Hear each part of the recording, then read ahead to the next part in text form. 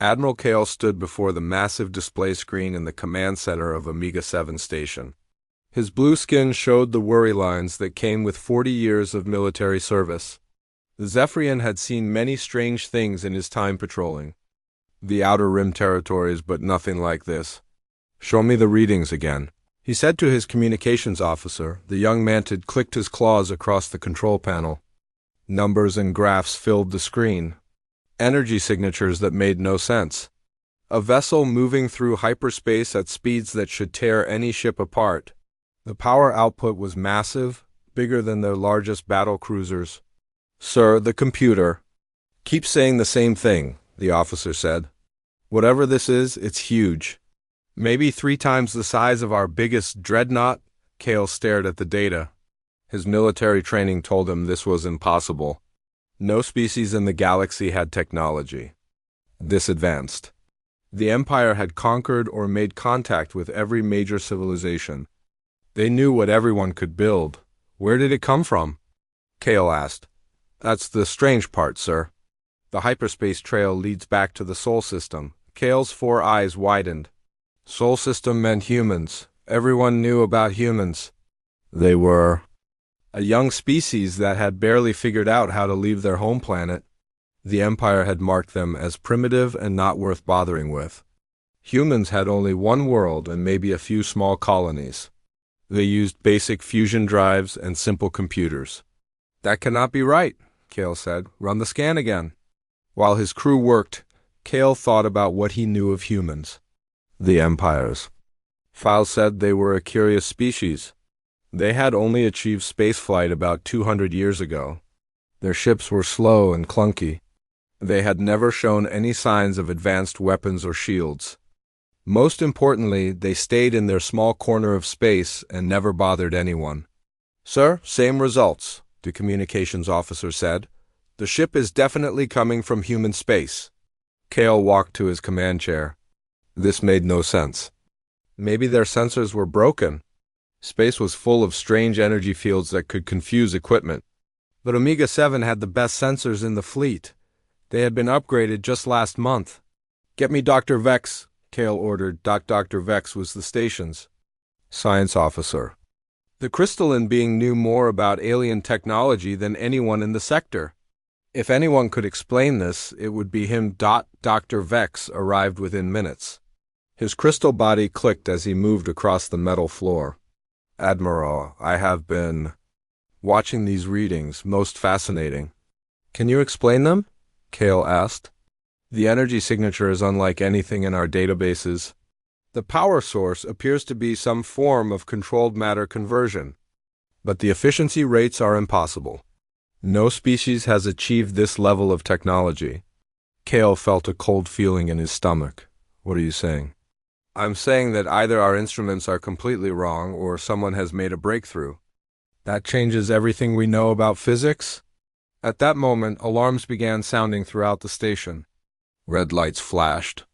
The tactical officer, a large reptilian named Gorth, turned from his station. "Admiral, the vessel has dropped out of hyperspace. It's here, in our system."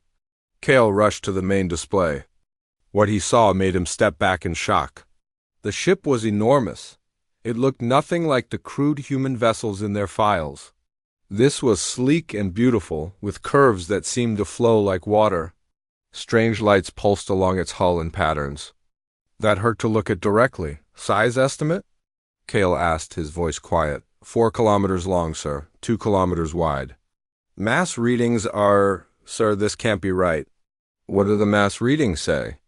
"The computer says it weighs almost nothing. Like it's mostly empty space." Dr. Vex moved closer to the screen. "Fascinating. The hull appears to be made of some unknown material. My scans are bouncing off it." Kale watched the massive ship drift slowly through space. It moved with grace that ships of that size should not have. No engine trails were visible. No heat signatures that their sensors could detect.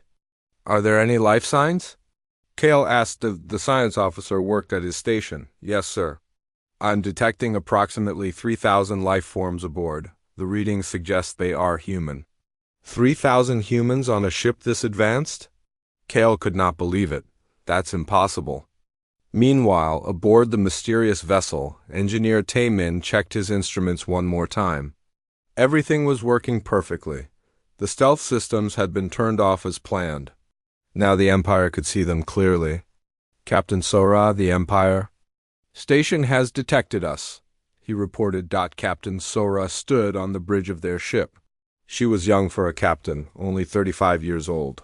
But she had trained for this mission her entire life. Around her, the bridge hummed with quiet activity. Holographic displays showed information in 3 dimensions. The technology was so advanced it looked like magic. Good, Sora said. Are we ready for the next phase? All systems are ready, Captain. The crew is at their stations. Sora looked at the main screen showing the Empire station. She knew they were confused and worried. That was exactly what Earth Command wanted. For too long, humans had hidden their true capabilities. Now it was time to let the galaxy know that humanity was no longer the weak species everyone thought they were. Hyjin, open a communication channel to the Empire station. So Ra ordered. Hyjin, the communications officer, worked at her console. Channel open, Captain. Back on Omega 7, Admiral Kale jumped when his communications board lit up. An incoming message from the human ship? On screen, he ordered. The face of Captain Sora appeared on the main display. She looked completely human, but there was something different about her eyes. They seemed to hold knowledge that no young person should have. Greetings, Admiral Kale of the Zephyrian Fleet, Sora said in perfect galactic standard. I am Captain Sora of the Earth vessel Harmony's Edge. We come in peace. Kale stared at the human woman. How did she know his name? How did she know his species? More importantly, how was she speaking galactic standard without any accent? Captain Sora, Kale said carefully, your vessel is not what we expected from human technology. Sora smiled. We understand your confusion, Admiral. Our species has made some advances since your last intelligence reports. Some advances? Dr. Vex whispered. That ship represents technology centuries. Ahead of anything in the Empire.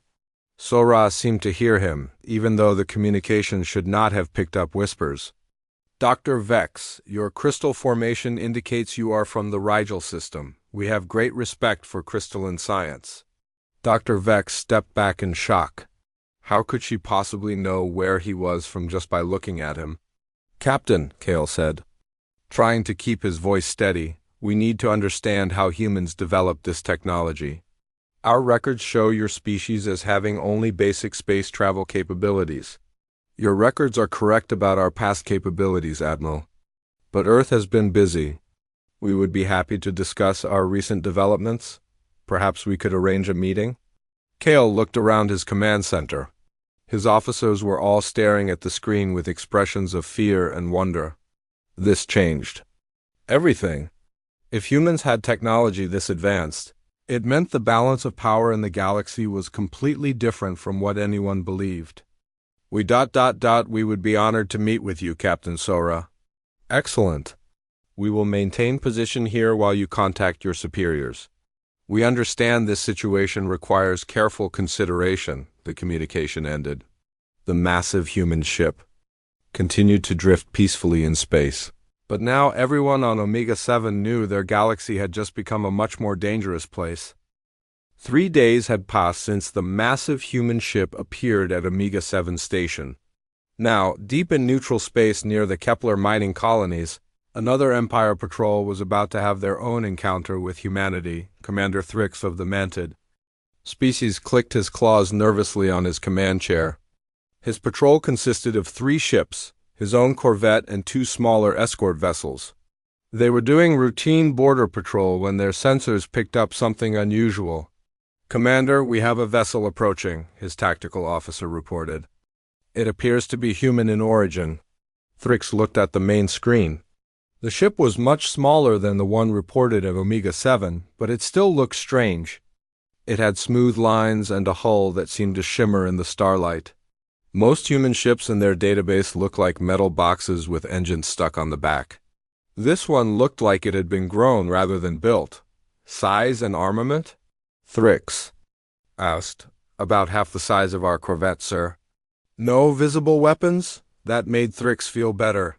The reports from Omega-7 had made everyone nervous. High Command was still trying to figure out what to do about the massive human vessel. At least, this one seemed more normal. Open communications, Thrix ordered. The face of a human male appeared on screen. He looked to be in his 30s, with kind eyes and a calm expression. Behind him, Thrix could see other humans working at stations that looked far too advanced for what humans should have. Greetings, the human said in perfect galactic standard. I am Junho, tactical officer of the Earth vessel Morning Star. How may we help you? Thrix was surprised. The human spoke like he was offering assistance instead of being stopped by an Empire patrol. Most species became nervous when Empire ships approached them. I am Commander Thrix of the Imperial Navy, Thrix said, trying to sound official. We need to inspect your vessel according to Empire law? Jinho smiled politely. We appreciate your dedication to keeping this area safe, Commander. However, we must respectfully decline your inspection request. Thrix felt his mandibles click in surprise. No one declined an Empire inspection, ever. I'm afraid that's not optional. All vessels in this sector must submit to inspection. We understand your position, Commander, but we are on a peaceful mission and pose no threat to anyone. We would prefer to continue on our way. Behind Jinho, Thrix could see a human female working at what looked like a communications station.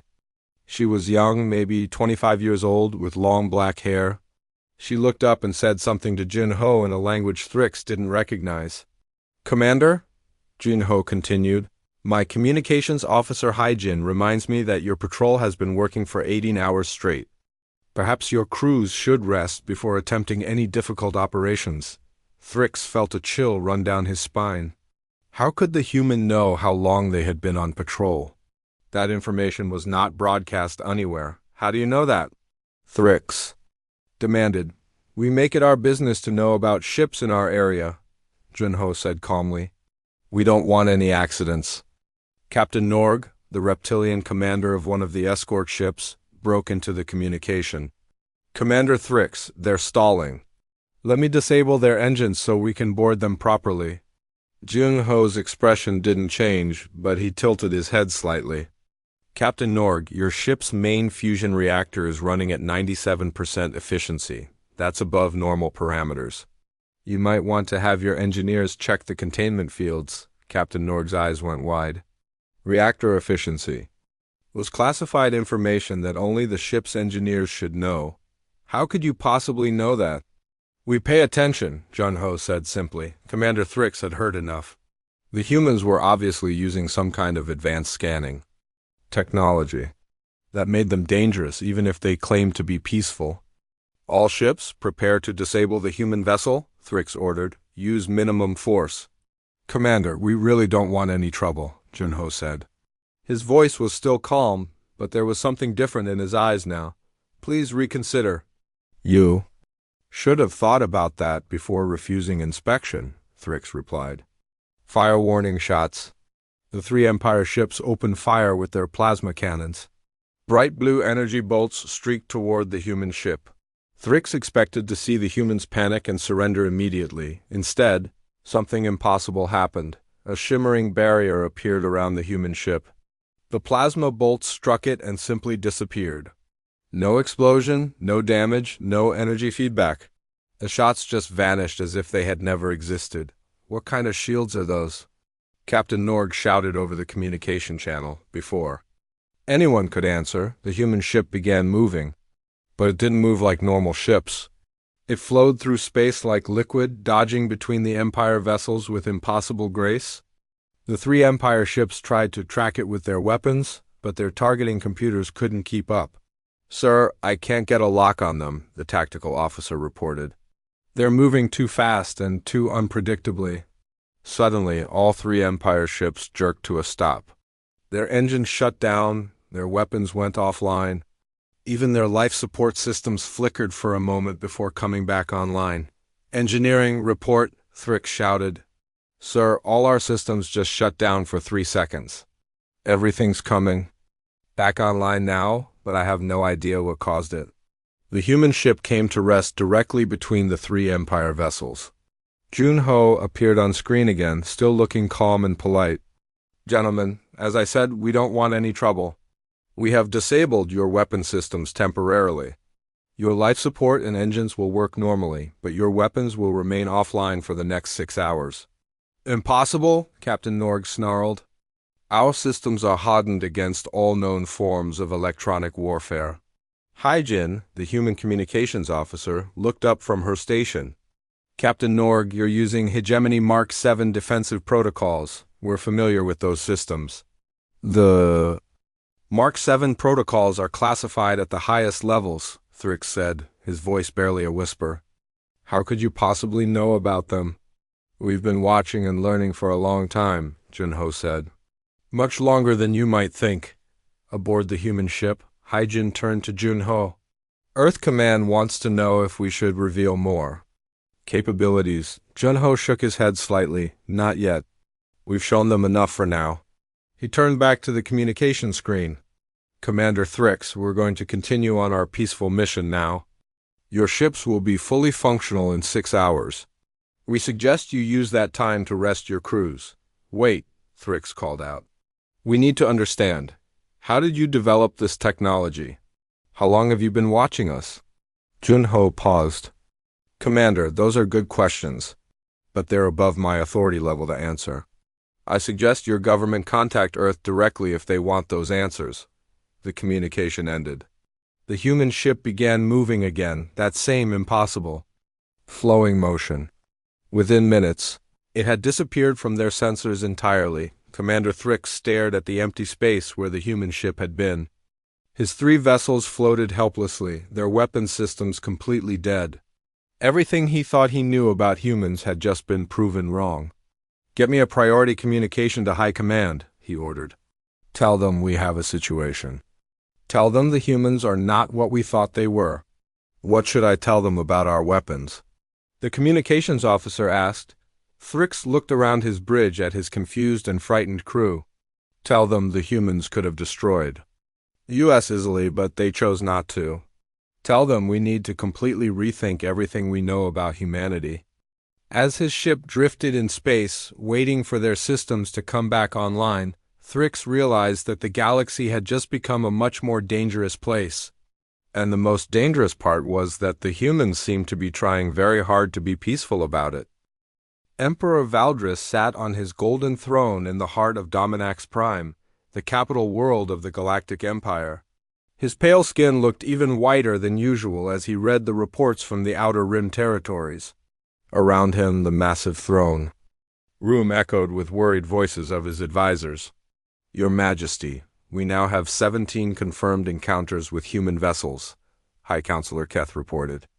The tall, thin alien's voice shook slightly as he spoke. In every case, our ships were disabled without any damage to our crews. Emperor Valdris gripped the arms of his throne. 17 encounters? How is that possible? Our intelligence said. Humans barely had a dozen ships total. That's what we thought, Your Majesty, but it appears we were very wrong. The Emperor stood up and walked to the large window that looked out over his capital city. Millions of beings from hundreds of species lived and worked in the towers below. For 300 years, the Empire had been the strongest force in the galaxy. They had conquered worlds, absorbed entire civilizations, and brought order to the stars. Now, a species they had ignored as primitive was making them look like children playing with toys. What do our military experts say? The Emperor asked. General Cormax, a large Ursine warrior, stepped forward. His bear-like face was grim. Your Majesty, our best minds have studied the reports. The human technology is at least 200 years ahead of ours, maybe more. How is that possible? They only achieved space flight recently. We don't know, Your Majesty. But their ships use energy sources we can't identify. Their weapons can shut down our systems without causing damage. Their shields absorb our attacks completely. The Emperor turned back to face his advisors, and they claim to be peaceful. In every encounter, yes, High Counselor Keth said. They disable our ships, explain that they mean no harm, then leave. They haven't hurt a single crew member. That almost makes it worse, General Cormax growled. They're showing us that they could destroy our entire fleet if they wanted to, but they're choosing not to. It's humiliating. At that moment, alarms began sounding throughout the palace. Red lights flashed in the throne room. The Emperor's personal guard rushed in, their weapons ready. "Your Majesty," the captain of the guard shouted, "our planetary defense grid is detecting an incoming ship.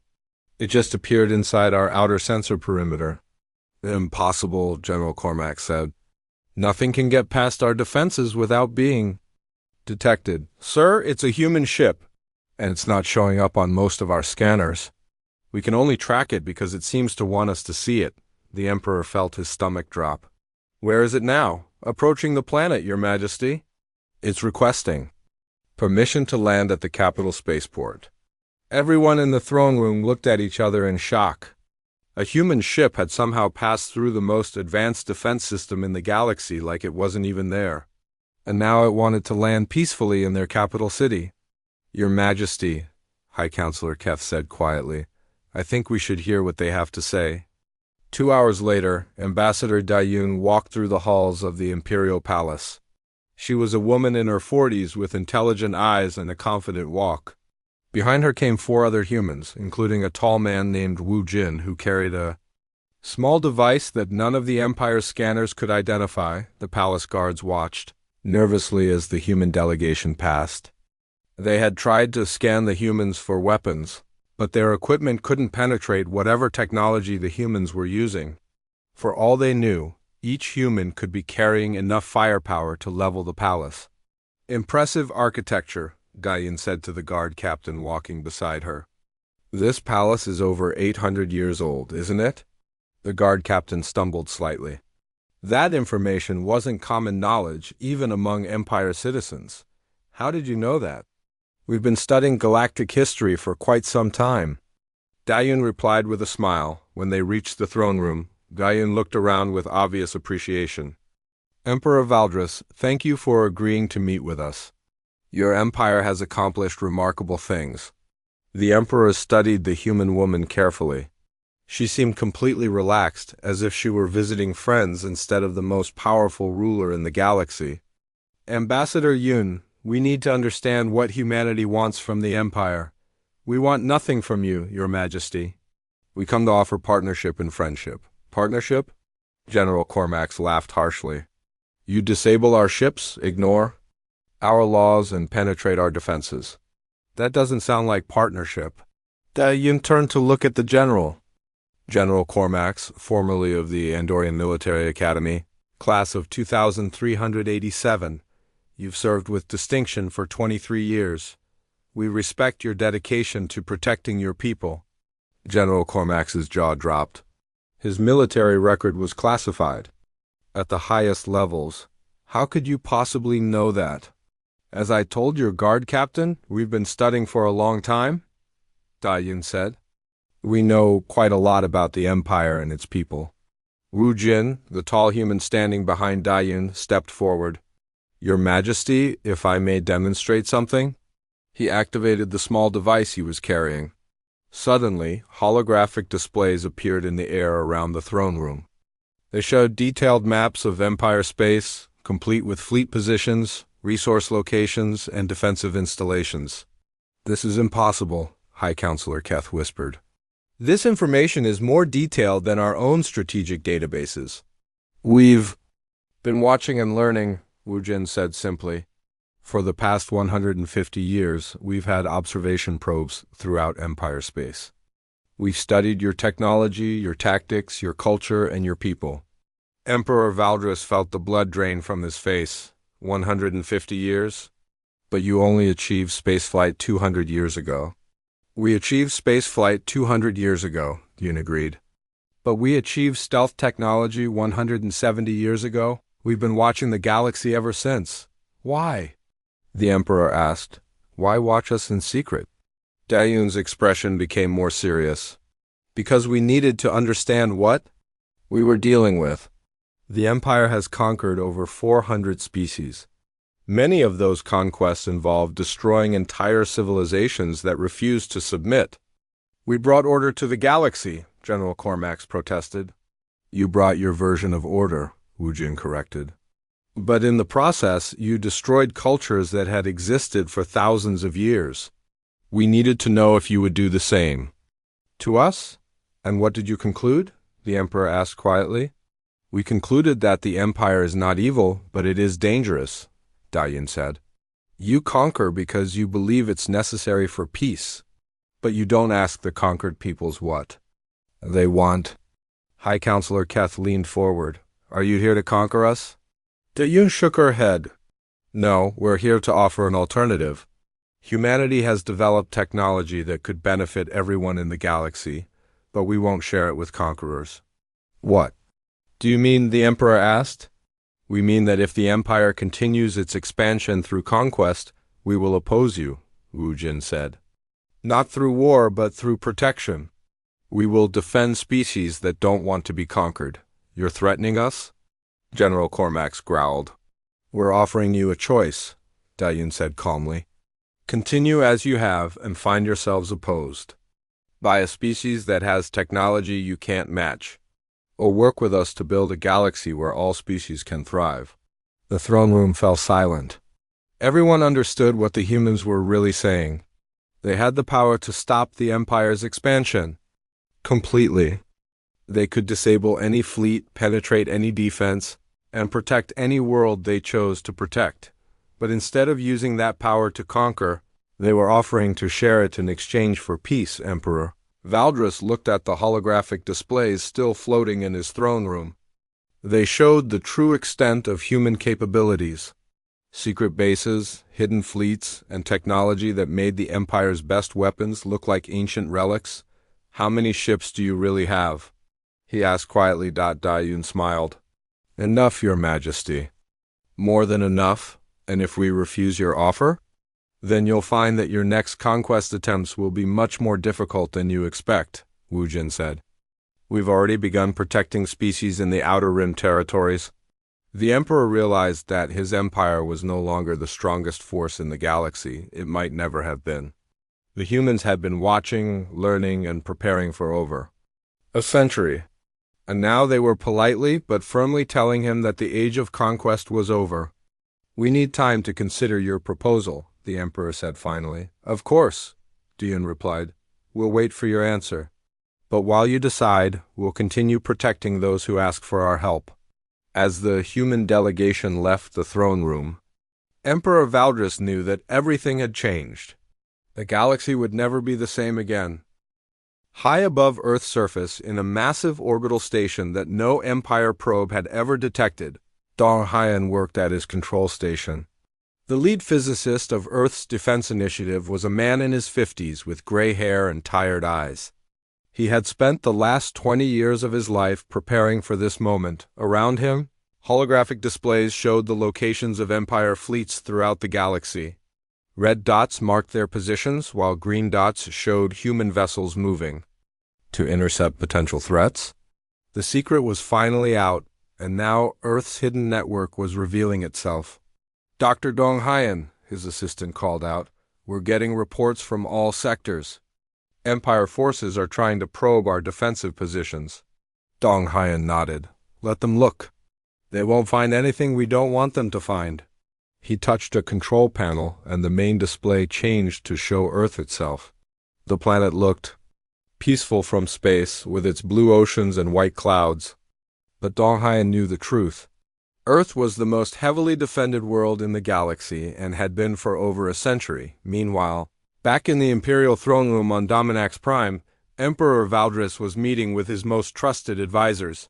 The human delegation had left 3 days ago, but their words still echoed in everyone's minds. We need to understand how this happened, the Emperor said. How did we miss an entire civilization developing right under our noses? Supreme Admiral Corax, the Empire's most experienced military leader, stepped forward. He was an old warrior who had fought in dozens of battles across the galaxy. His scarred face showed the worry he felt. Your Majesty, I've been studying our old reports about humans. We made a terrible mistake. What kind of mistake? We assumed that, because humans stayed in their home system, they were not advancing. We thought isolation meant weakness. High Counselor Keth pulled up a holographic display showing the Empire's expansion over the past 2 centuries. We were too busy conquering other worlds to pay attention to a species that seemed content to stay home. But they weren't just staying home, Supreme Admiral Corax continued. They were building. While we spread our forces across hundreds of worlds, they concentrated everything on making their technology better. The Emperor stared at the display. Show me what we know about human development. The hologram changed to show Earth's solar system, but now, instead of the simple mining colonies their intelligence had reported, the display revealed the truth. Massive orbital stations surrounded Earth, asteroid mining operations that could build fleets of ships, defense platforms that could destroy entire armadas. This intelligence is new, High Counselor Keth said quietly. Our probes never detected any of this. Because they didn't want us to detect it, Supreme Admiral Corax replied. Look at these stealth technologies. They've been hiding their true capabilities for over a century. Back on Earth, Mi-young sat in the control room of the Colonial Affairs. The building, as Director of Human Colonial Affairs, she oversaw all contact with other species. The elderly woman had been planning for this day since she was young. Archive, show me the Empire's response patterns, she said to the air. A voice answered from speakers hidden throughout the room. The Archive AI was humanity's greatest achievement, a collective intelligence that stored all of human knowledge and could predict outcomes with incredible accuracy. Director Mi-young, the Empire is following expected patterns. They are confused, frightened, and trying to understand our capabilities. Emperor Valdris will likely attempt to negotiate within the next week. And their military response? Supreme. Admiral Corax is preparing contingency plans for conflict, but he understands that conventional warfare would be unsuccessful. They are more likely to attempt diplomatic solutions. Mi-young nodded. The Archive had been studying Empire behavior for decades. Its predictions were almost always correct. On the main screen, she could see live images from all over the galaxy. Human ships were revealing themselves near Empire worlds, but they were being careful not to threaten anyone. The goal was to show strength while proving peaceful intentions. Archive, what is the current status of our defensive preparations? All systems are operational, Director. Earth's orbital defenses are at full readiness. Our mobile fleets are positioned throughout the galaxy. If the Empire chooses conflict, we are prepared. But Mi-young hoped it wouldn't come to that. Humanity had spent decades preparing for war, but they had always hoped for peace. Back in the Imperial Palace, Emperor Valdris was learning more disturbing truths about human capabilities. His intelligence chief, a spindly creature named Vorth, had been analyzing the data the humans had shared. Your Majesty, the humans haven't just been watching us. They've been studying every battle we've fought for the past century. What do? You mean? Vorth activated a holographic display that showed the Battle of Kepler 7, one of the Empire's greatest victories from 20 years ago. But now the display included details that had never been in their official reports. They know every tactic we've ever used, every weakness in our formations, every flaw in our technology. Look at this analysis of our plasma cannons. The display showed detailed technical specifications of Empire weapons. But more than that, it showed exactly how to defend against them, how to jam them, and how to disable the ships that carried them. They've been preparing to fight us for decades, Supreme. Admiral Corax realized, every time we developed new technology, they found ways to counter it. But why prepare to fight us if they claim to want peace? The Emperor asked. High Counselor Keth looked pale as he studied the data. Because they knew that eventually we would try to conquer them. They were getting ready to defend themselves. And while we were spreading our forces thin across hundreds of worlds, Supreme Admiral Corax added, they were building a military specifically designed to stop us. The Emperor felt a chill run down his spine. Humanity hadn't just developed advanced technology. They had developed it specifically to defeat the Empire. Every human ship, every weapon, Every defensive system had been designed with one goal in mind: stopping Imperial expansion on Earth. Dong Haiyan was watching the Empire's fleet movements with interest. Their ships were moving into defensive positions around their most important worlds. They were preparing for a war they couldn't win. Dr. Dong Haiyan, his assistant, said, "We're receiving a priority message from Ambassador De Yun." "Put it through." Yu's face appeared on the screen. She was still on Dominax Prime, waiting for the Empire's response to humanity's offer. "Dong Haiyan, the Empire is getting scared. They're starting to understand what we're really capable of."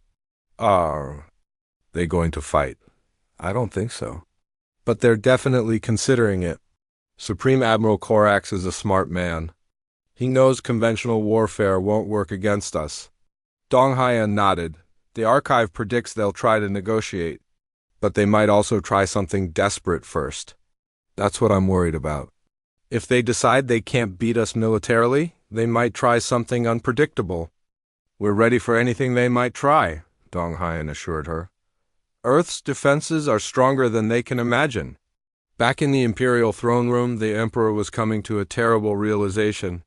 The Galactic Empire, which had dominated the galaxy for 3 centuries, was no longer the strongest power among the stars.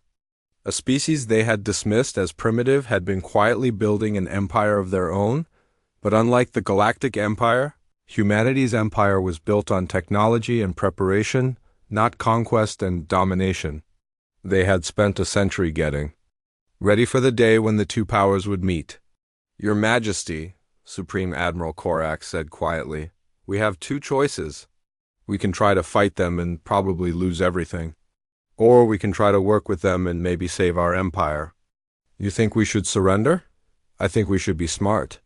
The humans have technology we can't match, but they're offering to share it if we stop conquering other worlds." The Emperor looked around his throne room. The golden walls and jeweled decorations had been built with wealth taken from conquered worlds. The power of his empire had been built on the defeat of weaker species. Now he was the weaker species. And the humans were offering him the same choice he had once given to others: submit or be destroyed. The difference was that the humans seemed to genuinely want cooperation instead of domination. "Set up another meeting with Ambassador De Yun," the Emperor finally said. "We need to discuss terms." The Nexus system had always been important to galactic trade. 7 major hyperspace routes met here, making it the crossroads of commerce for half the galaxy.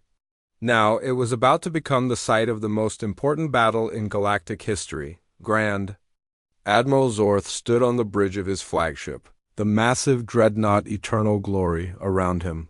The largest fleet ever assembled by the Galactic Empire waited in formation.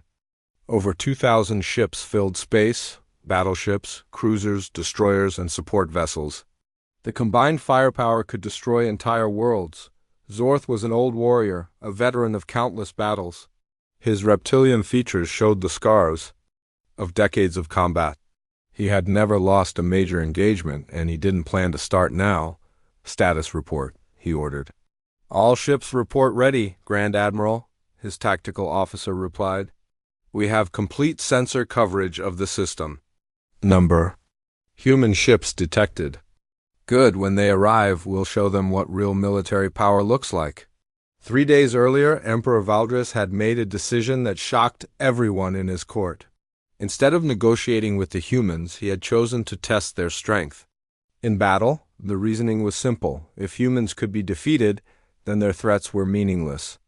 If they couldn't be defeated, then the Empire needed to know exactly what they were facing.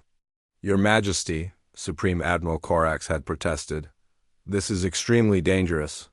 We don't know what their ships are truly capable of." "Exactly," the Emperor had replied. "That's why we need to find out. Send our greatest fleet under our best commander. Let them face a single human ship. If we can't defeat one ship, then we'll know where we stand." Now, Grand Admiral Zorth waited with the most powerful military force the Empire had ever assembled. Intelligence reports said the humans were sending only one vessel, the same exploration ship that had first appeared at Omega 7 Station weeks ago. "Grand Admiral," the communications officer called out. "We're receiving a message from the human ship. They're requesting to speak with you. Put it through." The face of a human male appeared on the main screen. He looked to be in his 40s, with calm eyes and a confident expression. Behind him, Zorth could see a bridge that looked more like a garden than a warship's command center. "I am Captain Sung-Ho of the Earth vessel New Horizon," the human said. "I understand you wish to test our capabilities." "I am Grand Admiral Zorth of the Imperial Navy," Zorth replied. "We're here to determine if human claims about your technology are true." "I see, and you brought 2,000 ships to test one of ours?" Zorth felt a flash of anger. "We brought sufficient force to handle any threat." Captain Sung-Ho nodded politely. "Grand Admiral, I have great respect for your military record. 43 major victories, never a defeat. You're known throughout the galaxy as a tactical genius. How do you know that?" Zorth demanded. "We make it our business to know our potential opponents. Grand Admiral, before we begin, I want to offer you one last chance to reconsider. No one needs to die today. The time for talk is over, human. Show me what your ship can do." "Very well," Captain Seno said with obvious sadness. "But remember, you chose this." The communication ended. Zorth turned to his tactical officer. "All ships prepare for battle. Target the human vessel when it appears." At that moment, alarms began sounding throughout the fleet. The human ship had appeared directly in the center of the Imperial formation, somehow materializing between the Empire's most powerful vessels without being detected. "Impossible," Zorth breathed. "How did they get past our sensors?" The New Horizon was even more massive than the reports had suggested. 4 kilometers long and 2 kilometers wide, it dwarfed even the Empire's largest dreadnoughts. But what made it truly frightening was how it moved. The enormous ship flowed through space like liquid, gracefully avoiding the Empire vessels around it. "All ships, open fire," Zorth commanded. 2,000 ships unleashed their weapons at once. Plasma bolts, particle beams, and missile barrages filled space with deadly energy. The combined firepower could have destroyed a small moon. The human ship simply absorbed it all. A shimmering barrier surrounded the New Horizon, and every weapon that struck it vanished without effect. No explosions, no damage, no energy feedback. The Empire's most powerful weapons simply disappeared as if they had never existed. "Report!" Zorth shouted. "Sir, our weapons are having no effect. Their shields are absorbing everything we throw at them." "Impossible. Nothing can absorb that much energy." But even as Zorth spoke, he knew he was watching something that changed everything.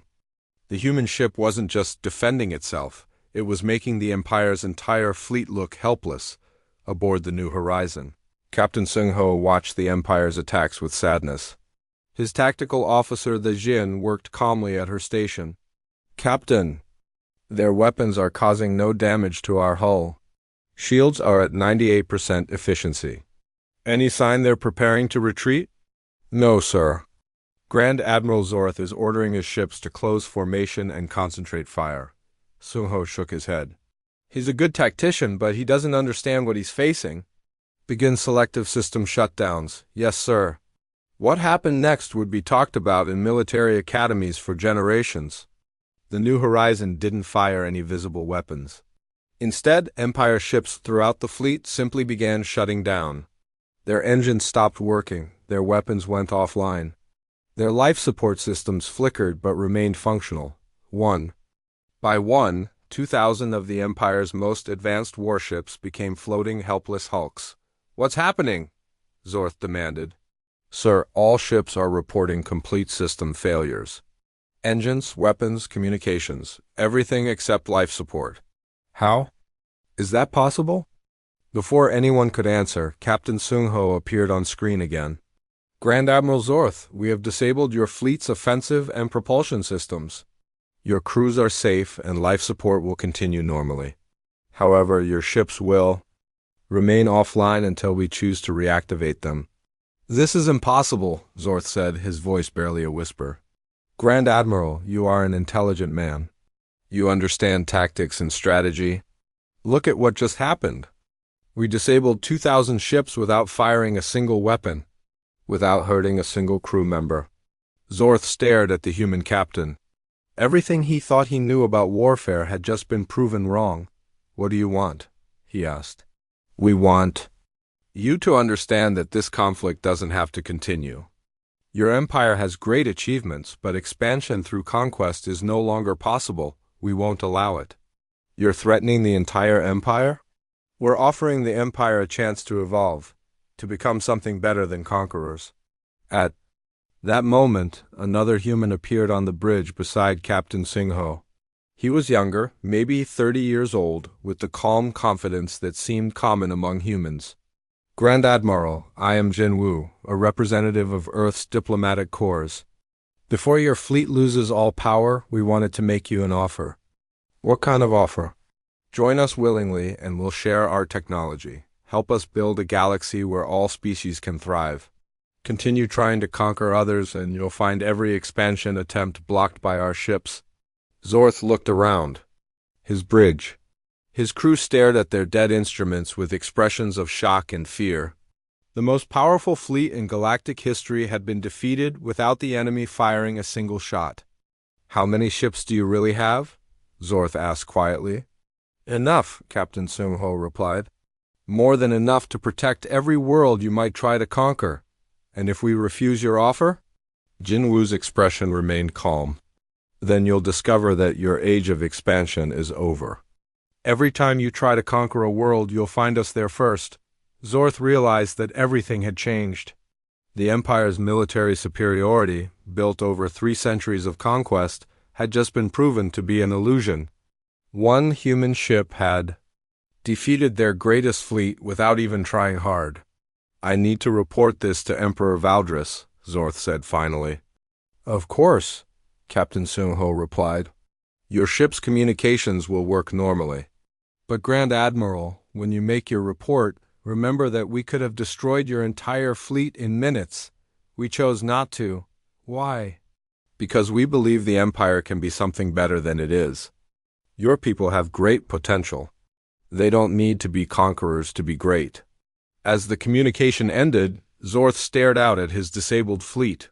2,000 ships, the pride of the Empire's military, floating helplessly in space. And somewhere out there, humanity waited with technology that made the Empire's best weapons look like ancient relics. The age of imperial expansion was over. The only question now was whether the Empire would accept that fact peacefully, or whether humanity would have to force them to understand it. 6 months had passed since the Battle of Nexus System. The galaxy was a different place now.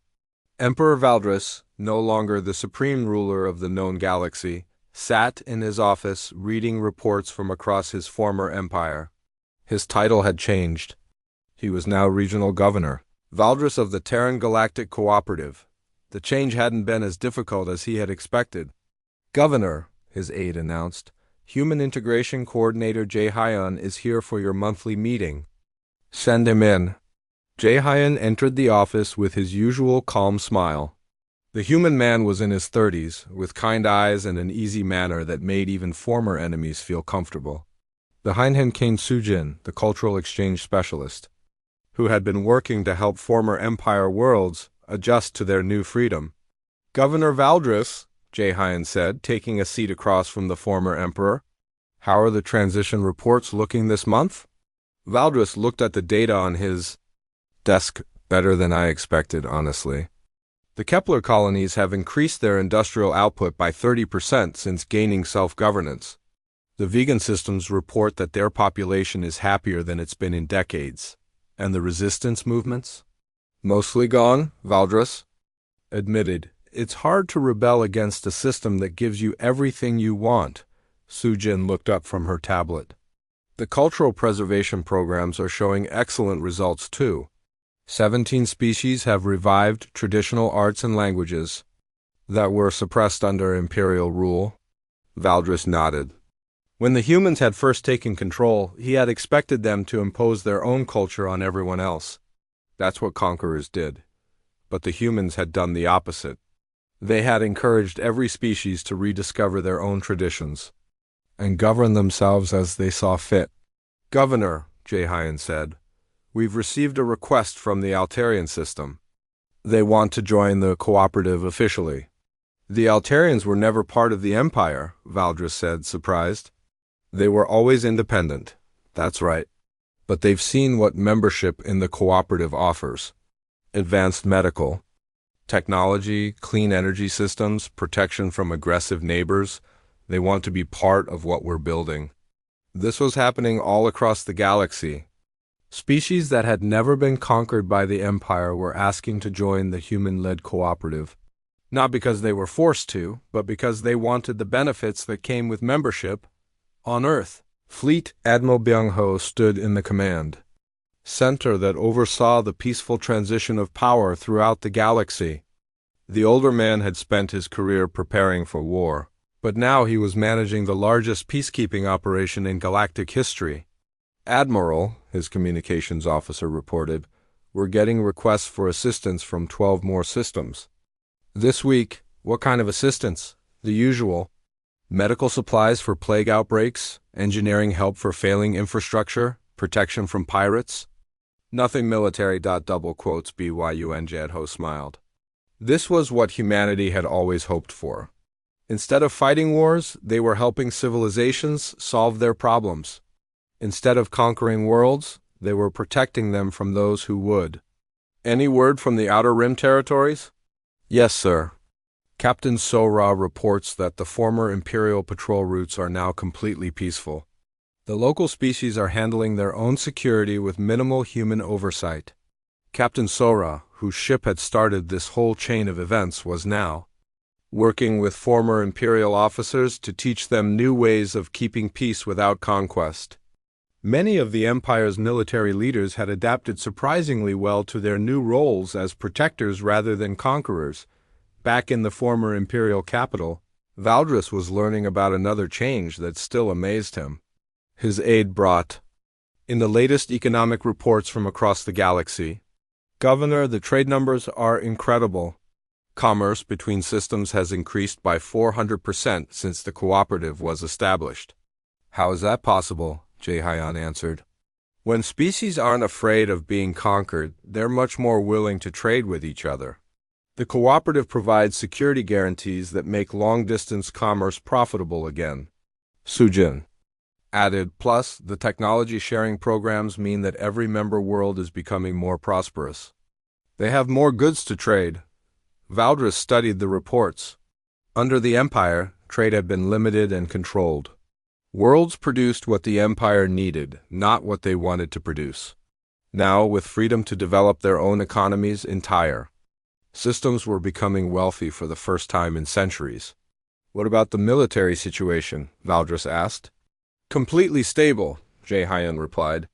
We haven't had to intervene militarily anywhere in 3 months. Most conflicts are being resolved through negotiation now. This was perhaps the most remarkable change. Under the Empire, military force had been the primary tool of diplomacy. If a world disagreed with imperial policy, they were conquered. If two species had a dispute, the Empire imposed a solution by force. Now, with human technology providing security for everyone, species could afford to negotiate instead of fight. Disputes that would have led to wars were being resolved in conference rooms. There is one thing we need to discuss, Sujin said, her expression becoming more serious. The Rigel Confederation has been asking questions about human technology. What kind of questions? They want to know why we don't share our most advanced systems. Specifically, they want to know about our weapons technology. Valdris understood their curiosity. Human weapons could disable entire fleets without harming anyone aboard. That kind of power could make any species invincible. What do you tell them? He asked. The truth, Jae-Hyan said. That some technology is too dangerous to share. That humanity learned long ago. That the most advanced weapons should only be in the hands of those who really don't want to use them. And they accept that. Most do. They've seen how we use our technology. We protect, we don't conquer. That builds trust. This was the foundation of the new galactic order. Humanity had the power to dominate everyone, but they chose not to. Instead, they used their strength to create conditions where everyone could. prosper. Valdris thought about his own journey. 6 months ago, he had been the most powerful being in the galaxy. He could order the destruction of entire worlds and millions would die. He had believed that power made him great. Now he governed a single sector, and he was happier than he had ever been. His people were free to live as they chose. His worlds were more prosperous than they had been under his absolute rule. And he slept better at night knowing that no one was dying because of his orders. Jaehyun, he said, I have a question I've been meaning to ask. Of course, Governor. Why didn't you just conquer us? You had the power. You could have taken over the entire galaxy in a matter of weeks. Jaehyun was quiet for a moment, thinking about his answer. Governor, humanity learned something important during our isolation on Earth. Power without wisdom is destructive. We spent a century not just developing advanced technology, but learning how to use it responsibly. But you could have ruled the galaxy. We could have, Sujin agreed. But ruling and leading are different things. Rulers take power, leaders earn it. Valdris nodded. He was beginning to understand. The humans hadn't conquered the empire because they didn't want to rule it. They wanted to lead it toward something better. Besides, Jaehyun added with a smile, why would we want to rule the galaxy? That's a lot of paperwork. As the meeting ended and the humans left his office, Valdris looked out his window at the city below. Beings from dozens of species walked the streets together, no longer separated by imperial segregation laws. Children of different species played together in parks. Art and music from hundreds of cultures filled the air. This was what the humans had given them. Not conquest, but freedom. Not submission, but cooperation. Not fear, but hope. Valdiaras picked up his communication device and sent a message to Earth. It was his monthly report to the Cooperative Council, but this time he added a personal note. Thank you, he wrote, for showing us that there was a better way. Across the galaxy, similar scenes were playing out. Former imperial worlds were discovering prosperity they had never known. Independent species were joining the cooperative willingly. Pirates and raiders found their activities blocked by human ships that appeared wherever. Violence threatened peace. The galaxy was learning that strength used wisely was more powerful than strength used for conquest. And at the center of it all, humanity continued to watch and protect, never ruling but always leading by example. The age of empires was over. The age of cooperation had begun.